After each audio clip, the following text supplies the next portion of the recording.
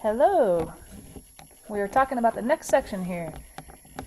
So this section is titled Expected Value, which is it's a lot different from the first section, probability, kind of the intro to probability, and then the second section.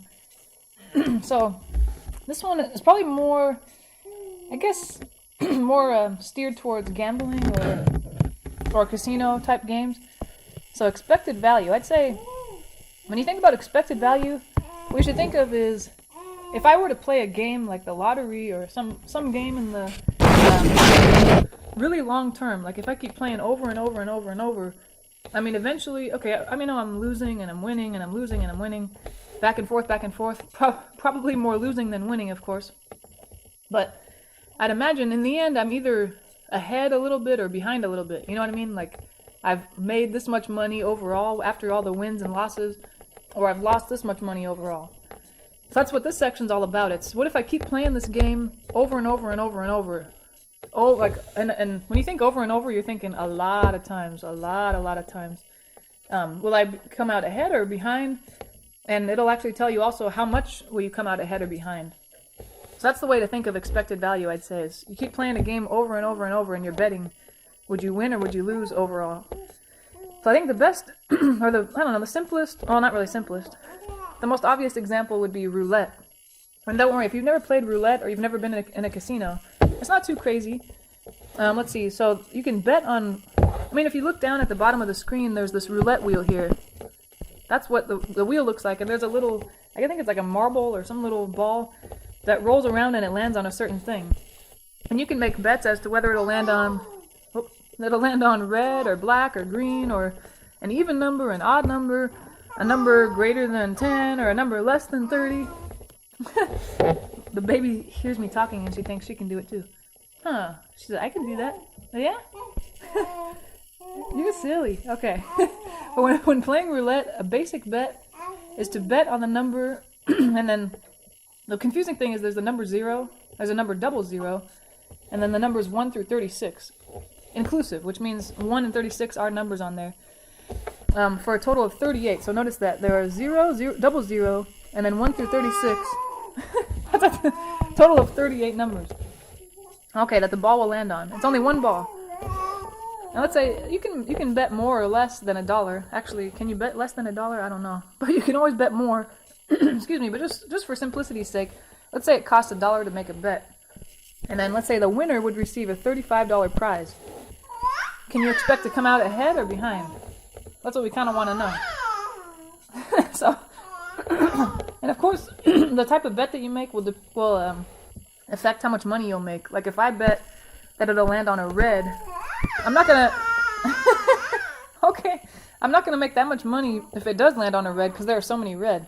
But if I had said I think it's gonna land on 00, that's very specific, and there's only one thing like that, so I'd make a lot more money that way. That's why you'd make a $35 prize if you get. Oh yeah, if you get the exact number right. So okay, all that talk just to say what the definition is. The definition of expected value of an experiment, it's the average result you should expect to approximate if you repeat the experiment a large number of times. And there's a little formula for it, so I would say for our next exam, or for the final exam I guess, I would probably make sure to have this formula on your note card, because it's kind of complicated to remember. And then even then, if it's been a while since you saw it, you say, wait, oh yeah? I think I'd like to see an example of this, so it's a good idea to maybe write one of these down, like this guy. So let's see, let's say, yeah, there are 38 numbers on a roulette wheel, so only 1 out of 38 times you'll choose the correct number, right? And that'll lead to a profit of $35. And that's just for roulette, and that's just for if you pick a certain number. They should always tell you what the winnings are for different bets and different games, but just for roulette. But the incorrect number will be chosen 37 out of 38 times. If you think about it, yeah, you only chose one number.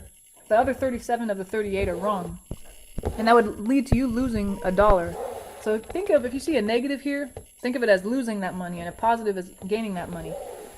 So the way to calculate the expected value, or you can say it's the average profit. It's the probability of winning, which would be 1 out of 38, because again, there's only one way to win out of the total of 38 outcomes, multiplied by the value of winning, which would be $35 for winning, plus, and then you're thinking of the probability of the opposite, the probability of not winning, which, like we said, there are 37 ways to lose out of the total of 38 things that the ball can land on, times the value of not winning. So it's just probabilities multiplied by values over and over. Like probability of winning multiplied by value of winning, probability of not winning, value of not winning. So we kind of have written it down already. Probability of winning times the value plus probability of not winning times the value. And then, you can, of course, you can put, make this 35 over 1, so you can multiply across. 35 times 1 is 35. 38 times 1 is 38. And then here, same thing, you have your negative 1. I'm going to put that over 1 so I can multiply across. I have 37 times negative 1, that makes negative 37. And then 38 times 1 makes 38. And they have the same denominator, so I can just combine numerators. 35 and negative 37 is negative 2 over 38. And if you divide those, negative 2 divided by 38, you'll get negative 0.053. So that means, if you want to interpret it, conclusion, in the long term, we can expect to lose, what's that? That's not 53 cents, that's 5 cents and 3/10 of a cent. 5 and 3/10 of a cent for every dollar bet. Or we could just say $0.053. Okay, so that's, just for roulette, it gets more complicated the more games you're looking at. So let's see, just if you think, the formula is kind of hard to remember, or it's hard to pinpoint, making a little chart's kind of nice. So to find the expected value, this is totally optional. You don't have to make the chart if you feel comfortable with the formula. So I'd say if you try the problems in the homework, and you're getting them wrong, or you feel like I'm not comfortable with this, drawing this chart for every problem makes it a lot easier. Okay, so there's winning and losing. That's the only outcomes. So your outcomes are the rows here, and then the columns are going to be value and probability, because that's what the formula for expected value is made up of. And then just fill them in. So when I win, what's the value of winning? Well, they said you would make $35. When I win, what's the probability of winning? We said 1 out of 38. For losing, what's the value of losing? Well, you would lose the dollar you bet. And just to make sure you're showing that you lost it, not gained it, you're going to put a negative. So remember, negative for lost money. If you don't do that, you're going to get the problem wrong. For lost money. And then it's only positive, of course, if you gain money. And the probability of losing would be 37 out of 38, like we talked about. And then you're just multiplying across. It's this times this is 35 over 38. And then you're adding this times this, negative 1 times 37 over 38. And then whatever you get when you multiply from left to right, you just add those together. And then make that a decimal number. So that kind of helps if you remember that table. You can always put that on your little note card for the final. Okay. So this just gives a little more information about roulette in case you're curious, or in case you see a homework problem like that, or in case you go to the casino and you want to kind of tell everyone, hey, you're playing roulette. Did you know that the expected value is negative? Here it says you're expected to lose for every dollar bet. Hello. Right? If you ever wonder why are casinos so nice and pretty, it's probably because they don't lose money, right? They win money overall. And here it is. Anyways. So in roulette, you're able to bet on color, red or black, evens or odds. And you can expect evens or odds, you're probably not going to make a lot of money if you win, because half the numbers are even, half the numbers are odd. So it's probably the more rarer bets, like getting the exact number right. That would be when you'd get more money. Let's see. Yeah, and then there are other bets too. It's just, oh yeah? If you play it, or if you've been to the casino, you probably know, but I'm not even really familiar with all the bets. I think it's just interesting. So, okay. Let's imagine, just to try another roulette problem, imagine you play roulette repeatedly, and you make a $20 bet on the red numbers each time. Find the probability of winning, then calculate, you know what? I forgot to say how much you would, let's see, how much you would win, huh? I gotta say that. Okay. Sorry, I looked it up. I forgot. And for sure on the exam, or on the homework or anything like that, they would tell you how much the winnings would be. But so if you think, about half of the numbers on the roulette wheel are red, well, except for the 2 green guys. So I guess if it's almost a 50-50 shot of you getting it right, you're going to win as much as you bet. So since I made a $20 bet, I'd win $20 if I got it right. So the winning and the losing is the same amount, and that's because it's It's a pretty even bet. You're not less likely to get red than you are not to get red, if that makes sense. Although there are 2 greens. So I'm gonna make that little table. Where'd it go? What do we have? Win, lose. We want the value and probability. Okay. And I guess these columns and these rows don't have to be exactly like that. If you kind of remember kind of the columns and the rows. The columns are value and probability, or the other way around. And the rows are win and lose, or the other way around. So what's the value of winning? We said, I had to look it up, sorry, but you would be told that it's $20, and it's a positive number. What's the probability of winning? They said, how many reds are there? Well, the numbers between 1 and 36 are the ones that are red and black. Half of them are red. Okay, that's 36 numbers. Half of 36 is 18, so there are 18 red numbers. 18 red, 18 black, and then the other 2 of the 38 are the green ones. So let's see, you have a probability 18 out of the total 38 to win. And then to lose, let's see, the value is $20 because that's how much you bet. Oh yeah? She's silly. That's okay, baby. Okay, and the probability of losing is, let's see, how many of the, what's it called? The places on the roulette wheel are not red. Well, there are 18 black plus the 2 green. That's 20 out of 38. Oh yeah? 18 black plus 2 green. You're just looking for how many of them are not red, I guess. 20 total. Okay. And now we can multiply across if we want. Let's see. Excuse me. 20 times 18 is going to be 360 over 38 plus negative 20 times 20 is negative 400 over 38. And then like we did in the last one, I'm going to add those together.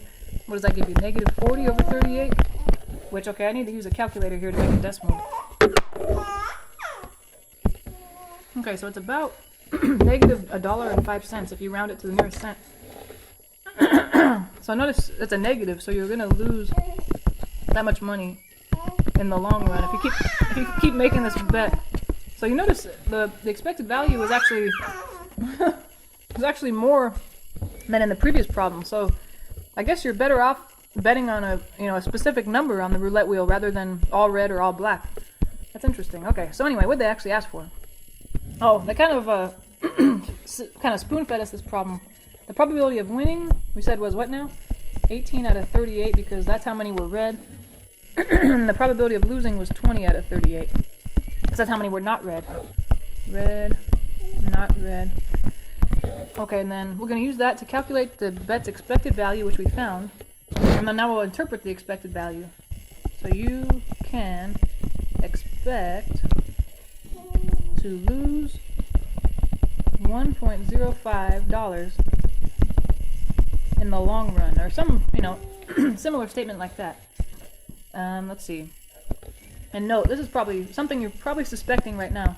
There isn't a single bet in any game of chance at a casino with which you can expect to break even, let alone make a profit.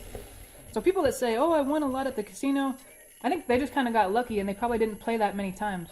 But if you play a lot of times, say 100 or 200 times over and over and over, you're going to expect to lose. It's just if you won, you got lucky and you must not have played very many times. Yeah, anyway. I mean, people lose more often than they win, probably. So, okay. The only way to reach a positive expected value in blackjack is to count cards, which involves assigning a numerical value. You might have seen people do this. People have gotten in trouble for this a lot. A numerical value to each card, and they keep track of which cards have already been dealt. So I guess if you're playing poker, let's say you play one hand, they push away all those cards and they play with the remaining cards. So you're keeping track, I guess, of, okay, how many kings and how many aces and all that were in that hand. Okay, that means I have less of a chance of getting a king this time, or... Yeah, so it's a lot of thinking involved. Okay. But you can apply expected value to other things, so... The next one's about a salesman and his weekly commissions. And then after that, it's about rolling a dice. And then some guys trying to save money. So it's not just casinos, but I guess that's probably where you'd see it the most. Let's see here, though. On the basis of his sales records, a salesman knows that his weekly commissions have the following probabilities. So if he makes there's a 0.15 probability that he makes $0. If you want, you can think of that as 15 out of 100. if you're used to, seeing probabilities as fractions. And then there's a 0.2 probability, which is 20 out of 100. Probability of him making $1,000. There's a 45 out of 100 probability of him making 2,000. Etc., etc. 10 out of 100 making 3,000. You don't need to make these fractions. It's just, if you're kind of weirded out by the decimals.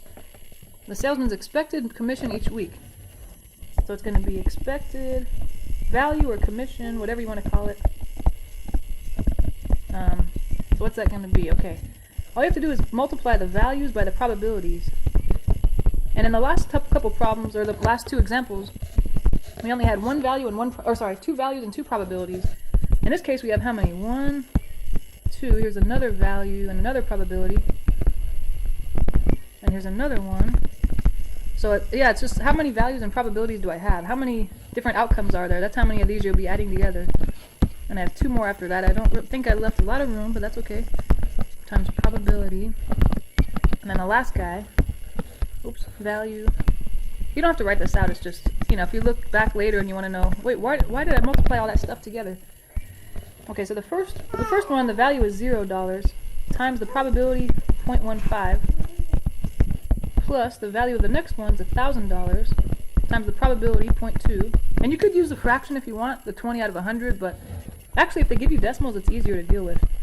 And then the next one was 2,000 times 0.45 was the probability of that. And then the next guy, 3,000 times 0.1. And then the last one was 4,000 times 0.1. Alright, let's see what we get for all those. Of course, 0 times anything is 0. 1,000 times 2 is 200. Right? Or sorry, 1,000 times 0.2 is 200. And then 2,000 times 0.45 is 900. Plus 3,000 times 0.1 is 300. Plus 4,000 times 0.1 is 400. Let's see, if you add all those guys together, what's that? 11, 12, 13, 14, 15, 16, 17. Wait, 4, 7. 7 plus 11 is 1,800. Okay, so I guess on a typical week, or a typical, I don't know, long term, he's making this much probably per month or whatever. So it's somewhere between these guys, I guess. And it's not $1,000, not $2,000. Somewhere in between those guys. Yeah, so it's not always just one value times one probability. It might be more than that. Okay, this next one's kind of interesting, just for fun. If you're on a TV show, then you've been asked to either play a game of dice, play a dice game 5 times, or accept a $50 bill. Well, the dice game goes like this. If you roll a 1, 2, or 3, you win $50. If you roll a 4 or 5, you lose $25.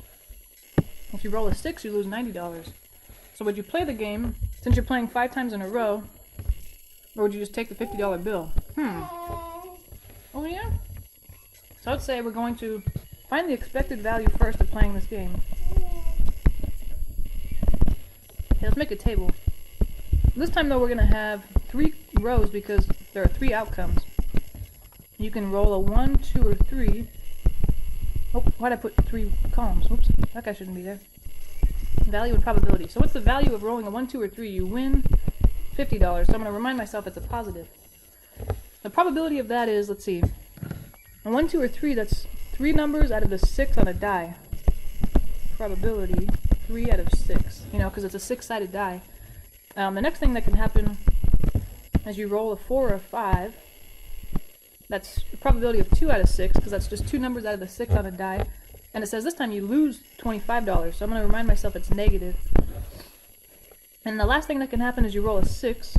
That's only 1 number out of 6 possible, so I'm going to have a probability of 1/6, and you lose $90. That's not good. That's kind of making me worry about this game, huh? Okay, so we'll do like we said, multiply across. The 50 times, this time it's kind of tricky. I'm going to, actually write it out. 50 times 3, 6. The next one is negative 25 times 2, 6. And then, negative. The last one is negative 90 times 1, 6. Alright, I'm going to put each of those whole numbers over 1 just so I know how to multiply them.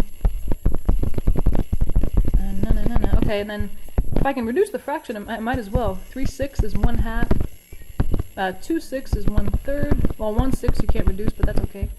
And then I'll multiply across. That guy, actually you can reduce, huh? 2 goes into 50 25 times. So this is just 25 plus here's negative 25 over 3. And this guy's negative 90. Actually, those can reduce by 3, huh? 3 goes into 6 twice, 3 goes into 90 30 times. So it's negative 30 over 2. Oh wait, that reduces again. Ah! I didn't know 6 goes into 90. I guess it does, huh? I should have reduced it again. Well, that's negative 15. So we got 25. And then this one, I guess I might as well make a decimal, huh? Since I'm picturing making a decimal at the end of this anyway. Yeah, whenever you're talking about money, you might as well make everything decimals. This guy is negative $8.33. Okay, let's add these together. Plus 25 minus 15. That's overall 18.33. Okay, so that's, okay, the tricky part here is the expected value, okay, expected value is 18.33. That's if you play a lot of times. Playing many times. But if you play, they said we're playing only 5 times, right? Yeah, 5 times. So all you do is you want to say, I'm playing 5 times only, not a bunch of times. So I'm going to multiply 5 by the expected value. And that'll tell me how much I can expect to win in, 5 winnings, I guess. Or 5 playings. Is playings a word? Not really, huh? But okay, let's multiply those guys. 18.33 times 5. It's going to give me 91.65. Okay, so you can expect if probability goes your way or goes kind of how it's expected to go, you can expect to win 91.65 if you play the game 5 times. And it's a win because it's a positive number. If we had ended up with a negative number, it'd be losing. Play 5 times. So we just want to compare that number to the number they said they'd offer us. So what did they say in the beginning? So they said they would take the $50 bill. Well, of course, I'd rather win $91.65 than take a $50 bill, right? So I'd say since you're expected to win more playing the game, then I would just play the game. More. That's because 91.65 is greater than 50. I'll play the game, of course. Why would I not do that? That's crazy talk. It's okay, little baby. Okay, so I guess that's probably more how you would play at a casino too, right? You're not going to go play the roulette wheel hundreds of times. You're probably just going to play 2, 3, 4 times. So if you want to know how far ahead or behind would I come out if I play this 5 times or 2 times, you just calculate the expected value like we did in the previous problems and multiply it by the number of times you are going to play. And that should tell you your expected winnings for a specific number of times you're going to play. Okay, so the last one here. This is the best picture, right? Awesome. Alright, sorry. I'm very proud of myself on that one. So, Trang has saved $8,000. It is currently in a bank savings account that pays 3.9% interest per year. He is considering putting the money into a speculative investment that has been around for 3 years. Okay, that's kind of scary, right? There's an investment. If it's, like if you have a bank, say, oh, we've been around 3 years, you'd say, ooh, 3 years. You might go bankrupt any day, or you might close. But a bank that's been open hundreds of years or dozens of years, I mean, you probably feel a lot more comfortable. Okay, but in the first year, the fund went up by 10%, and the second year it went down by 19%, and in the third year it went up by 14%. Let's use what they call decision theory, which is just using expected value, to find the best investment for Trang. Assume that the fund's past behavior predicts its future behavior. Okay. Okay. So he has this, I would call it, the safe account. That's where it's the $8,000, pays 3.9 interest per year. So remember that it's PRT is the amount that they're going to be making. So the principal 8,000 times the rate, which is 3.9, but you want to make it a decimal, remember? 0.039 times the time, and I guess they're saying 3 years is how long he would invest this.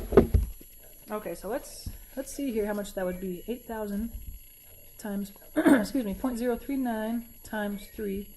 That would give you $936. So he'd make that much in the safe account, like the the one that they said in the beginning, not the one that's a speculative. Okay, so whatever he makes in the speculative, I'd like to compare it to that speculative account. Okay, that one I think we're gonna have to use expected value because it's different every year. Okay, so he's starting with 8,000.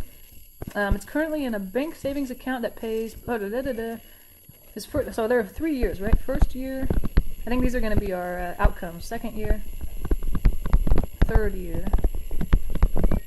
All right, and the values and then the probabilities. Okay. Oh, why do I keep making 3? There's only value and probability. The first year they said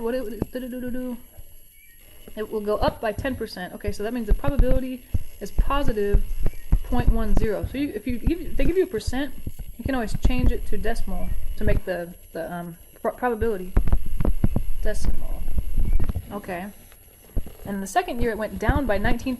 So that's a negative 0.19. And in the third year, it went up by 0.14. So positive 0.14. Alright, so that's, I guess, instead of taking care of the value, taking care of whether the value is negative or positive, we're taking care of the negative and positive and the probability. Okay, so he's starting with, in the first year, I guess he has $8,000. And there's a probability, what did it say? In the first year, the fund went up by 10%. Second year went down by Okay, so the value, I mean, he's not putting different amounts of money in every year, right? It's the same amount of money, 8,000. So I would just say, yeah, it's the same amount of money. Multiply across. What do we got? 8,000 times 0.1 is 800 plus. I gotta calculate that one. 8,000 times negative 0.9 times negative 0.19 is negative 1520. The last guy, 0.14 times 8,000 is, and it's positive 1,120. There we go. Okay, how much? I don't even know if this is going to be positive or negative, huh? I guess 400. Okay, so that means he would expect to make, Train should expect to make that much after 3 years in the speculative investment, or the speculative account, whatever you want to call it. Since the other account, or I guess we called it the safe account, the safe account yields more than that. Is that how you spell yield? Is yield I-E or E-I? Whatever, you know what I mean. Yields more, because well, how much was it that we said in the beginning? It was 936. He should put his money in the safe account. Nice, okay. So it kind of shows you all over the board what are, I guess, good examples of where you should use expected value. Alright, so I think that's good. We'll get more into probability soon. I think we kind of took a detour with odds and took a detour with expected value, but we'll get more back to probability. And it gets pretty fun and complicated. But alright, thanks for listening. I'll see you in the next video.